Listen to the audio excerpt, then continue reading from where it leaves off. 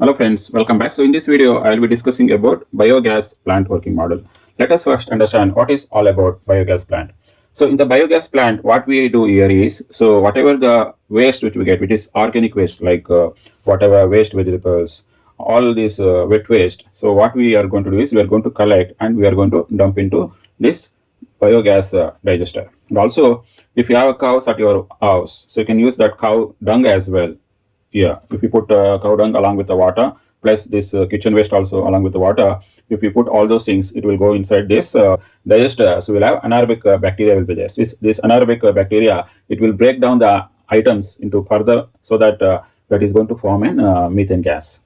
So once this methane gas is produced, what we are doing here is we are going to store that methane gas in a different tank here. So we have kept the tank that is called as a gas holder. It is going to hold the gas, and later that gas we can use it in our so we'll be running this gas stove now. You can see here. So we'll have flame like situation we have implemented here using button LED light cooking purposes. And also the output of this digester will also have a slurry. So all the waste after generating gas, it will come here as a slurry. So this slurry we can use it as a agricultural manure or agricultural fertilizer.